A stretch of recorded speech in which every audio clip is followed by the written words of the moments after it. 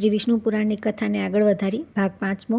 બેટા, જો આજે તું આ તપસ્યાને નહીં છોડે તો તારી સામે જ હું મારા પ્રાણ છોડી દઈશ। શ્રી પરાશરજી બોલ્યા કે હે મૈત્રેય, ભગવાન વિષ્ણુમાં ચિત્ત સ્થિર રહેવાના કારણે ધ્રુવ આંખોમાં આંસુભરી આ પ્રમાણે વિલાપ કરી રહેલા માને જોઈ પણ તેની સામે જોયું નહીં। ત્યારે બેટા, અહીંથી ભાગ જો, આ મહાભયંકર વનમાં આ કેવા ભયંકર રાક્ષસો અસ્ત્ર શસ્ત્ર ઉગામીને આવી રહ્યા છે। આ પ્રમાણે કહેતા તે ચાલી ગઈ અને ત્યાં જેમના મુખમાંથી અગ્નિની જ્વાળાઓ નીકળી રહી હતી એવા અનેક રાક્ષસો જેમના હાથમાં અસ્ત્ર શસ્ત્ર હતા પ્રગટ થઈ ગયા। તે રાક્ષસોએ પોતાના અતિ ચળકતા તીક્ષ્ણ શસ્ત્રો ઘુમાવતા તે રાજપુત્રની સામે ભારે કાકારવ કર્યો। તે નિત્ય યોગયુક્ત બાળકને ભયભીત કરવા માટે પોતાના મોઢામાંથી અગ્નિની જ્વાળાઓ નીકળતી હોય એવા અનેક શિયાળવા ભયંકર અવાજ કરવા માંડ્યા। તે રાક્ષસો પણ આને મારો, કાપો, ખાઈ જાઓ આ પ્રમાણે પોકારો પાડવા માંડ્યા। પછી સિંહ, ઊંટ અને મગર વગેરે મુખવાળા તે રાક્ષસો રાજપુત્રને ત્રાસ આપવા માટે અનેક પ્રકારે ગર્જના કરવા લાગ્યા, પરંતુ ભગવાનમાં આસક્ત તે બાળકને તે રાક્ષસો તેમનો અવાજ, શિયાળવા અને અસ્ત્રશસ્ત્રો કાંઈ જ ન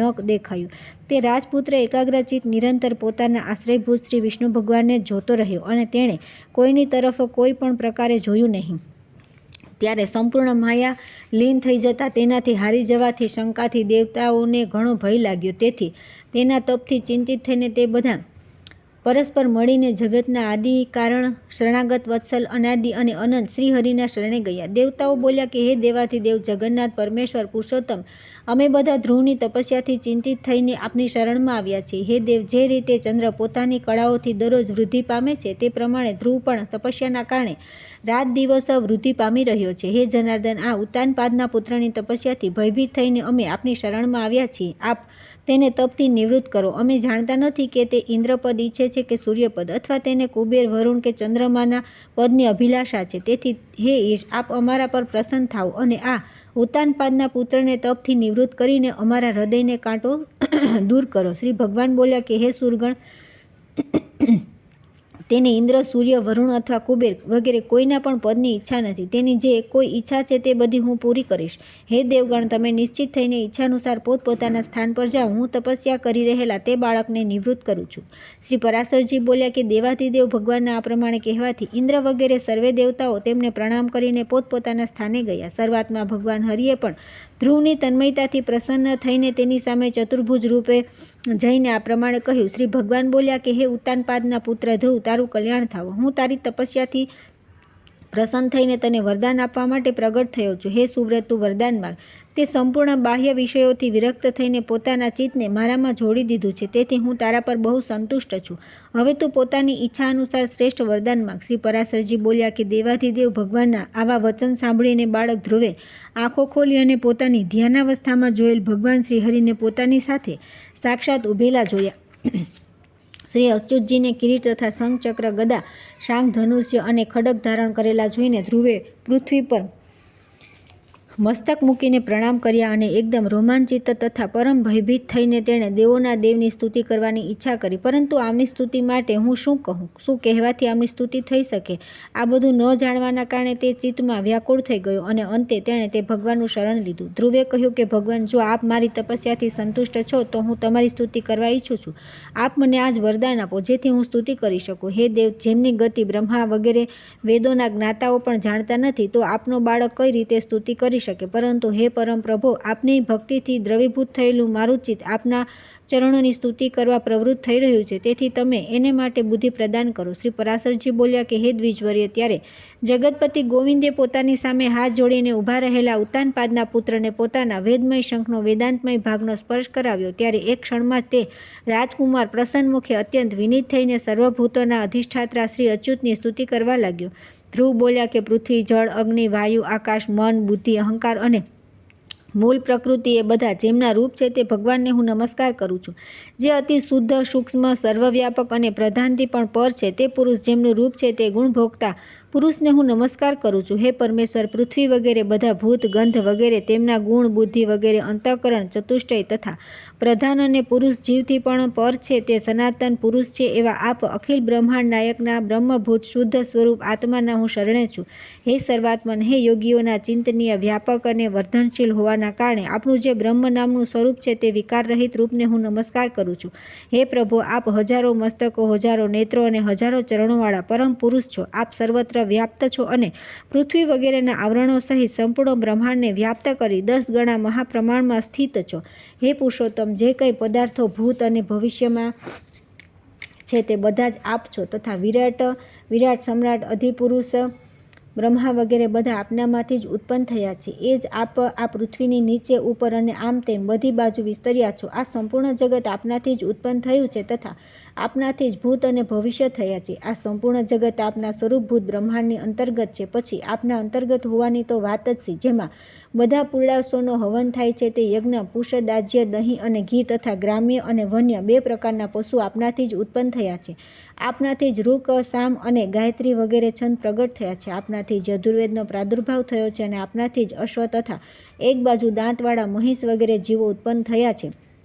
આપનાથી જ ગાયો, બકરીઓ, ઘેટા અને હરણા વગેરેની ઉત્પત્તિ થઈ છે. આપના જ મુખમાંથી બ્રાહ્મણ, બહુઓથી ક્ષત્રિય, જંઘાઓથી વૈશ્ય અને ચરણોથી શૂદ્ર પ્રગટ થયા છે. તથા આપના જ નેત્રોથી સૂર્ય, પ્રાણથી વાયુ, મનથી ચંદ્રમા, નાસાંધરથી પ્રાણ, મુખથી અગ્નિ, નાભિથી આકાશ, મસ્તકથી સ્વર્ગ, કાનોથી દિશાઓ અને ચરણોથી પૃથ્વી વગેરે ઉત્પન્ન થયા છે. આ પ્રમાણે હે પ્રભુ, આ સંપૂર્ણ જગત આપનાથી જ પ્રગટ થયું છે. જે પ્રમાણે નાનકડા બીજમાં વિશાળ વટવૃક્ષ રહે છે તે જ પ્રમાણે પ્રલયકાળમાં સંપૂર્ણ જગત બીજ રૂપે આપનામાં જ લીન રહે છે. જે પ્રમાણે બીજમાંથી અંકુર રૂપે પ્રગટ થયેલું વટવૃક્ષ વધીને અત્યંત વિસ્તૃત થઈ જાય છે તે જ પ્રમાણે સૃષ્ટિકાળમાં આ જગત આપના જ પ્રગટ થઈને ફેલાય છે. હે ઈશ્વર, જેમ કેળનું ક્ષુપ છાલ અને પાંદડાથી અલગ દેખાતું નથી તે જ પ્રમાણે આપ જગતથી અલગ નથી. તે આપનામાં સ્થિત જોઈ શકાય છે. સર્વના આધારભૂત આપનામાં આહ્લાદિની, નિરંતર આહ્લાદ કરનારી અને સંધિની, વિચ્છેદ રહિત સંવિત વિદ્યાશક્તિ અભિન્ન રૂપે રહે છે. આપનામાં વિષયજન્ય આનંદ કે નિરાશા આપનારી સાત્વિકી કે તામસી અથવા ઉભયમિશ્ર રાજસી કોઈ પણ વિદ્યાશક્તિ સંવિત નથી, કેમ કે આપ નિર્ગુણ છો.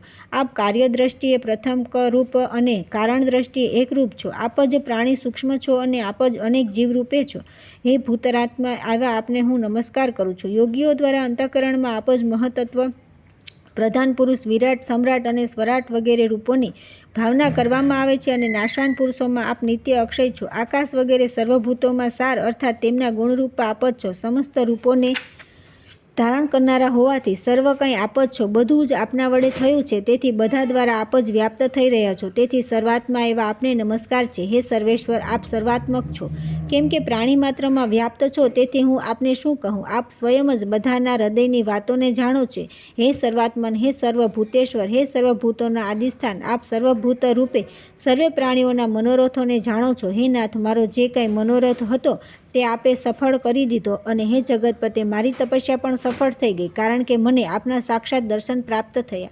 શ્રી ભગવાન બોલ્યા કે ધ્રુવે, મને તારા સાક્ષાત દર્શન પ્રાપ્ત થયા, તેથી તારી તપસ્યા તો અવશ્ય સફળ થઈ ગઈ. પરંતુ હે રાજકુમાર, મારા દર્શન કદીએ નિષ્ફળ જતા નથી. તેથી તને જે વરદાનની ઈચ્છા હોય તે માગી લે. મારા દર્શન થયા પછી પુરુષને સર્વ કંઈ પ્રાપ્ત થઈ શકે છે. ધ્રુવ બોલ્યા કે હે ભૂત ભવ્યેશ્વર ભગવાન, આપ સર્વના અંતઃકરણમાં બિરાજમાન છો. હે બ્રહ્મન, મારા મનની જે અભિલાષા છે તે શું આપનાથી ગુપ્ત છે? તો પણ હે દેવેશ્વર, હું અવિનયી જે અતિ દુર્લભ વસ્તુ હૃદયમાં ઈચ્છા રાખું છું તે આપની આજ્ઞાથી આપ સમક્ષ રજૂ કરીશ. હે સમસ્ત સંસારના રચયિતા પરમેશ્વર, આ પ્રસન્ન થયા બાદ શું દુર્લભ છે? ઇન્દ્ર પણ આપના કૃપા કટાક્ષના ફળરૂપે ત્રિલોકનું શાસન કરે છે. પ્રભુ, મારી અપરમાય અહંકારથી અત્યંત વધારે પડતું મને કહ્યું હતું, જે મારા ઉદરથી જન્મ્યો નથી તેના માટે આ રાજગાદી નથી. તેથી હે પ્રભુ, આપની કૃપાથી હું તે સર્વોત્તમ અને અવ્યય સ્થાનને પ્રાપ્ત કરવા ઈચ્છું છું જે સંપૂર્ણ વિશ્વનું આધારભૂત હોય. શ્રી ભગવાન બોલ્યા, અરે બાળક, તે તારા પૂર્વજન્મમાં પણ મને પ્રસન્ન કર્યો હતો, તેથી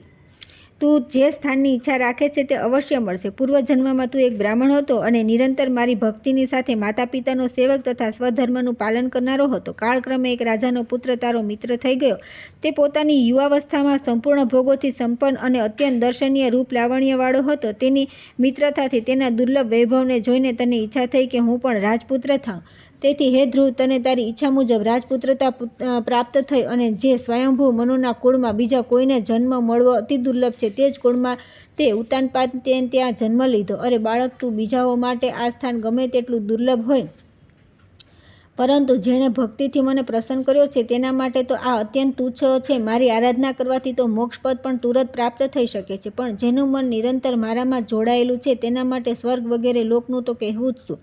હે ધ્રુવ, મારી કૃપાથી તું અવશ્ય તે સ્થાનોમાં જે ત્રિલોકમાં સર્વથી શ્રેષ્ઠ છે બધા ગ્રહો અને તારામંડળનો આશ્રય લઈને હે ધ્રુવ તું તે ધ્રુવ નિશ્ચલ સ્થાન આપું છું, જે સૂર્ય, ચંદ્ર, મંગળ, બુધ, બૃહસ્પતિ, શુક્ર અને શનિ વગેરે ગ્રહો, સર્વે નક્ષત્રો, સપ્તર્ષિઓ અને તમામ વિમાનાચારી દેવતાઓ ઉપર છે. દેવતાઓમાંથી કોઈક તો માત્ર 4 યુગ સુધી અને કોઈ મન્વંતર સુધી જ રહે છે, પરંતુ તને હું 1 કલ્પ સુધી ત્યાં સ્થિત કરું છું. તારી માતા સુનીતિ પણ અત્યંત સ્વચ્છ તારા રૂપે તેટલા જ સમય સુધી તારી પાસે એક વિમાન પર નિવાસ કરશે, અને જે લોકો એકાગ્રચિત્તે સાયંકાળ અને પ્રાતઃકાળે તારા ગુણાનુવાદ ગાશે તેમને બહુ પુણ્ય મળશે.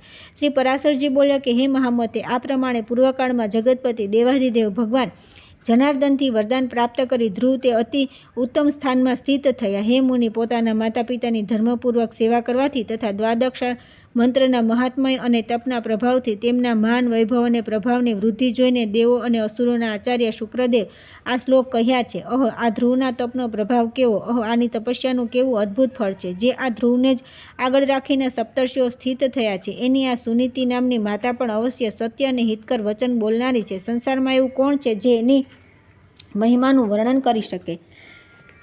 જેણે પોતાની કુખમાં તે ધ્રુવને ધારણ કરી ત્રિલોકનું આશ્રયભૂત અતિ ઉત્તમ સ્થાન પ્રાપ્ત કરી લીધું, જે ભવિષ્યમાં સ્થિર રહેનારું છે. જે માણસ ધ્રુવના આ દિવ્યલોક પ્રાપ્તિના પ્રસંગનું કીર્તન કરે છે તે સર્વ પાપોથી મુક્ત થઈને સ્વર્ગલોકમાં પૂજાય છે. તે સ્વર્ગમાં રહે અથવા પૃથ્વી પર કદીએ પોતાના સ્થાનથી ચ્યુત થતો નથી તથા સમસ્ત મંગળોથી પરિપૂર્ણ થઈને દીર્ઘકાળ સુધી જીવિત રહે છે. ત્યાર પછી આવે છે અધ્યાય 13મો, રાજા વેન અને પૃથુનું ચરિત્ર. શ્રી પરાશરજી બોલ્યા કે હે મૈત્રેય, ધ્રુવથી તેની પત્નીએ શિષ્ટ અને ભવ્યને ઉત્પન્ન કર્યા, અને ભવ્યથી શંભુનો જન્મ થયો તથા શિષ્ટથી તેની પત્ની સુછાયાએ રીપુ, રીપુંજય, વિપ્ર, વૃકલ અને વૃકેજા નામના નિષ્પાપ 5 પુત્રોને જન્મ આપ્યો. તેમનામાંથી રીપુ દ્વારા બૃહતિના ગર્ભથી મહાતેજસ્વી ચાક્ષુષનો જન્મ થયો. ચાક્ષુષે પોતાની પત્ની પુષ્કરણીએ, જે વરુણકુળમાં મહાત્મા વિરણ પ્રજાપતિની પુત્રી હતી, તેણે મનુને જન્મ આપ્યો, જે 6ઠા મન્વંતરના અધિપતિ થયા. તપસ્વીઓમાં શ્રેષ્ઠ મનુથી વૈરાજ પ્રજાપતિની પુત્રી નડવાલના ગર્ભમાં 10 મહાતેજસ્વી પુત્રોનો જન્મ થયો. નડવાલથી કુરુ, પુરુ, શત્રુધ્ન, તપસ્વી, સત્યવાન, શુચિ, અગ્નિષ્ટોમ, અતિરાત્ર તથા 9મા સુદુમ્ન અને 10મા અભિમન્યુ આ મહાતેજસ્વી પુત્રોના જન્મ થયા. કુરુ દ્વારા તેની પત્ની આગ્નેય, અંગ, સુમ્ના, ખ્યાતિ, ક્રતુ, અંગિરા અને શિબી આ 6 પરમ તેજસ્વી પુત્રોને જન્મ આપ્યો. અંગથી સુનિથાને વેન નામે પુત્ર ઉત્પન્ન થયો. ઋષિઓએ તે વેનના જમણા હાથનું સંતાન માટે મંથન કર્યું.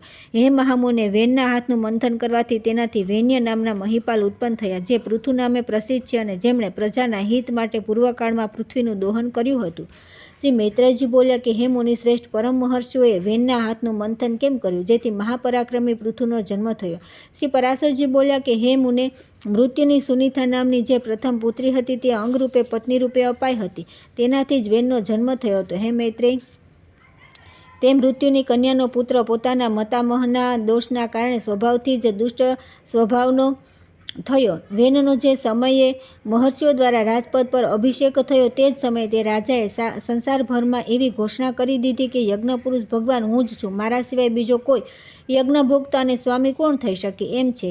તેથી ક્યારેય કોઈએ યજ્ઞદાન અને હવન વગેરે ન કરવા. હે મૈત્રેય, ત્યારે ઋષિઓએ તે પૃથ્વીપતિની પાસે જઈને પ્રથમ તેની ખૂબ પ્રશંસા કરીને સાંત્વનાયુક્ત મધુર વાણીથી કહ્યું. ઋષિઓ બોલ્યા કે હે રાજન, પૃથ્વીપતિ, તમારા રાજ્ય અને શરીરના ઉપકાર તથા પ્રજાના હિત માટે અમે જે વાત કરીએ છીએ તે સાંભળો, તમારું કલ્યાણ થાવ. જુઓ, અમે મોટા મોટા યજ્ઞો દ્વારા જે સર્વયજ્ઞેશ્વર દેવાધિપતિ ભગવાન શ્રીહરિનું પૂજન કરીશું તેના ફળમાંથી તમને પણ 6ઠો ભાગ મળશે.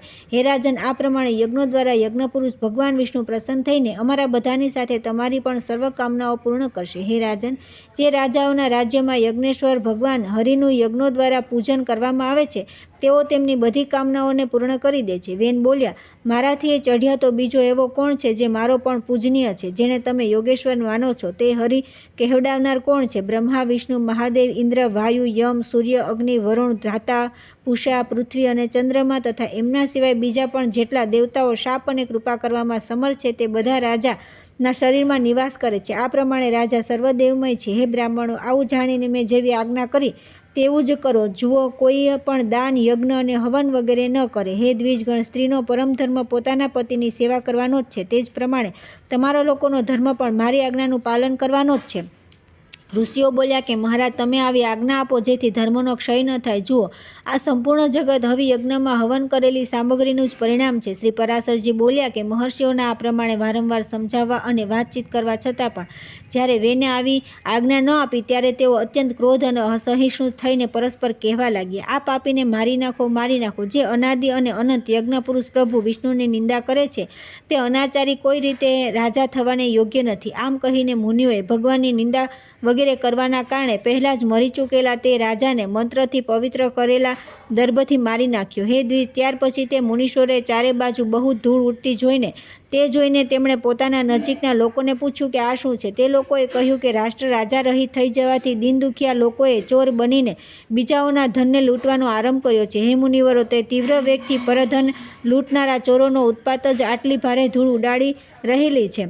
ત્યારે તે બધા મુનીશ્વરોએ પરસ્પર પરામર્શ કરીને તે પુત્રહીન રાજાની જાંઘનું પુત્ર માટે યત્નપૂર્વક મંથન કર્યું. તેની જાંઘના મંથનથી એક પુરુષ ઉત્પન્ન થયો. તે બળેલા ઠૂંઠા જેવો કાળો, બહુ ઠીંગણો અને નાના મુખવાળો હતો. તેણે અત્યંત ઉત્સુક થઈને તે બધા બ્રાહ્મણોને કહ્યું કે હું શું કરું.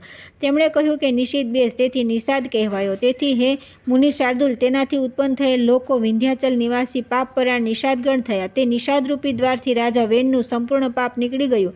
આમ નિષાદગણો વેનના પાપનો નાશ કરનાર થયા. પછી તે બ્રાહ્મણોને તેના જમણા હાથનું મંથન કર્યું. તેનું મંથન કરવાથી પરમ પ્રતાપી વેનપુત્ર પૃથુ પ્રગટ થયા, જે પોતાના શરીરે પ્રજ્વલિત અગ્નિ જેવા દેદીપ્યમાન હતા. આ જ સમયે આજગવ નામનું આદ્ય સર્વપ્રથમ ધનુષ્ય અને દિવ્ય બાણ તથા કવચ આકાશમાંથી ઉતર્યા. તેમના ઉત્પન્ન થવાથી દરેક પ્રાણીઓને ઘણો આનંદ થયો અને માત્ર સત્પુત્રના જન્મ લેવાથી જ વેન પણ સ્વર્ગલોકને પ્રાપ્ત થયો. આ પ્રમાણે મહાત્મા પુત્રના કારણે તેની પૃથ અર્થાત નરકમાંથી રક્ષા થઈ. મહારાજ પૃથુના અભિષેક માટે બધા સમુદ્રો અને નદીઓ સર્વે પ્રકારના રત્નો અને જળ લઈને ઉપસ્થિત થયા. તે સમયે અંગિરસ દેવતાઓ સહિત પિતામહ બ્રહ્માજી અને સઘળા સ્થાવરજંગમ પ્રાણીઓએ ત્યાં આવીને મહારાજ વેનપુત્રનો રાજ્યાભિષેક કર્યો. તેમના જમણા હાથમાં ચક્રનું ચિહ્ન જોઈ તેમને વિષ્ણુના અંશ જાણીને પિતામહ બ્રહ્માજીને ઘણો આનંદ થયો. આ વિષ્ણુ ભગવાનના ચક્રનું ચિહ્ન બધા ચક્રવર્તી રાજાઓના હાથમાં હોય છે. તેમનો પ્રભાવ કદી દેવતાઓથી કુંઠિત થતો નથી. આ પ્રમાણે મહાતેજસ્વી અને પરમપ્રતાપી વેનપુત્ર ધર્મકુશળ મહાનુભાવ દ્વારા વિધિપૂર્વક અત્યંત મહાન રાજરાજેશ્વર પદ અભિષેક્ત થયા. જે પ્રજાને પિતા વેન રાજાએ દુઃખી કરી હતી તેને જ તેમણે પ્રસન્ન કરી. આમ અનુરંજન કરવાથી તેમનું નામ રાજા થયું. ત્યારે તેઓ સમુદ્રમાં ચાલતા હતા તો પાણીનો પ્રવાહ રોકાઈ જતો હતો. પર્વતો તેમને માર્ગ આપતા હતા અને તેમની ધજા કદી પડતી ન હતી. પૃથ્વી ખેડ્યા વાવ્યા વિના ધાન્ય પકાવતી હતી. માત્ર ચિંતથી જ અનાજ ઉત્પન્ન થઈ જતું હતું. ગાયો કામધેનુ જેવી હતી અને પાંદડે પાંદડે મધ ભરેલું હતું.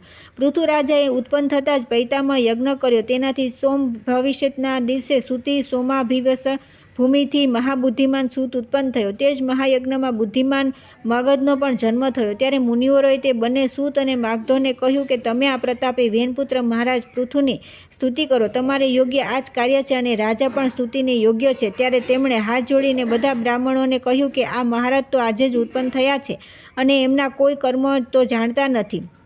હજી એમના કોઈ ગુણ પ્રગટ થયા નથી ને ન તો તેમનો યશ પણ પ્રખ્યાત થયો છે. પછી કહો અમે કયા આધારે એમની સ્તુતિ કરીએ.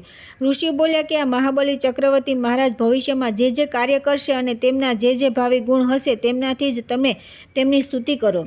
શ્રી પરાશરજી બોલ્યા કે આ સાંભળીને રાજા પણ બહુ સંતોષ થયો. તેમણે વિચાર્યું કે મનુષ્ય સદગુણોના કારણે જ પ્રશંસાને પાત્ર થાય છે. તેથી મારે પણ ગુણોનું ઉપાર્જન કરવું જોઈએ. તેથી હવે સ્તુતિ દ્વારા આ લોકો જે જે ગુણોનું વર્ણન કરશે હું પણ સાવધાનીપૂર્વક તેવું જ કરીશ. જો અહીં આ લોકો કોઈ ત્યાજ્ય અવગુણ વિશે કહેશે તો હું તેમનો ત્યાગ કરીશ. રાજાએ આ પ્રમાણે મનમાં નિશ્ચય કર્યો. ત્યાર પછી તે સૂત અને માગધ બંને પરમ બુદ્ધિમાન વેનપુત્ર મહારાજ પૃથ્વીની તેમના ભાવિ કર્મોના આધારે સ્વર સાથે સારી રીતે સ્તુતિ કરી. તેમણે કહ્યું કે આ મહારાજ સત્યવાદી, દાનશીલ, સત્ય મર્યાદાવાળા, લજ્જાશીલ, સુહજ, ક્ષમાશીલ, પરાક્રમી અને દુષ્ટોનું દમન કરનારા છે. તેઓ ધર્મજ્ઞ, કૃતજ્ઞ, દયાળુ, પ્રિયભાષી, માનનીયોને માન આપનારા, યજ્ઞપરાયણ, બ્રાહ્મણોનો આદર કરનારા, સાધુ સમાજમાં સન્માનિત અને શત્રુ તથા મિત્રની સાથે સમાન વ્યવહાર કરનારા છે. આ પ્રમાણે સૂત અને માગધના કહેલા ગુણોને તેમને પોતાના ચિત્તમાં ધારણ કરી લીધા અને તે જ પ્રમાણે કાર્યો કર્યા. ત્યારે તે પૃથ્વીપતિએ પૃથ્વીનું પાલન કરતાં કરતાં મોટી મોટી દક્ષિણાઓવાળા અનેક મહાન યજ્ઞો કર્યા.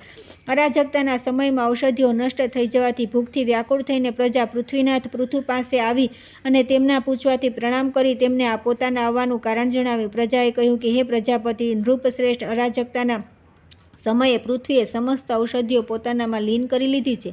તેથી આપની બધી પ્રજા ક્ષીણ થઈ રહી છે. વિધાતાએ તમને અમારા જીવનરક્ષક પ્રજાપતિ બનાવ્યા છે. તેથી ભૂખરૂપી મહારોગથી વ્યાકુળ પ્રજાજનોને તમે જીવનરૂપી ઔષધિઓ આપો. શ્રી પરાશરજી બોલ્યા કે આ સાંભળીને મહારાજ પૃથુ પોતાનું આજગવ નામનું દિવ્ય ધનુષ અને દિવ્ય બાણ લઈને અત્યંત ક્રોધપૂર્વક પૃથ્વીની પાછળ દોડ્યા. ત્યારે ભયથી અત્યંત વ્યાકુળ થયેલી પૃથ્વી ગાયનું રૂપ ધારણ કરીને ભાગી અને બ્રહ્મલોક વગેરે સર્વેલોકમાં ગઈ. સમસ્ત ભૂતોને ધારણ કરનારી પૃથ્વી જ્યાં જ્યાં પણ ગઈ ત્યાં ત્યાં તેણે વેનપુત્ર પૃથુને શસ્ત્રાનુસંધાન કરીને પોતાની પાછળ આવતા જોયા. ત્યારે તે પ્રબળ પરાક્રમી મહારાજ પૃથુની તેમના બાણ પ્રહારથી બચવાની કામનાથી ધ્રુજતી આ પૃથ્વી પ્રમાણે બોલી. પૃથ્વીએ કહ્યું કે હે રાજેન્દ્ર, શું તમને સ્ત્રીવધનું મહાપાપ દેખાતું નથી એટલે મને મારવા માટે તત્પર થઈ રહ્યા છો? પૃથ્વી બોલ્યા કે જ્યાં એક અનર્થકારીને મારી નાખવાથી ઘણા લોકોને સુખ થતું હોય તેને મારી નાખવા જ પુણ્યદાયક છે.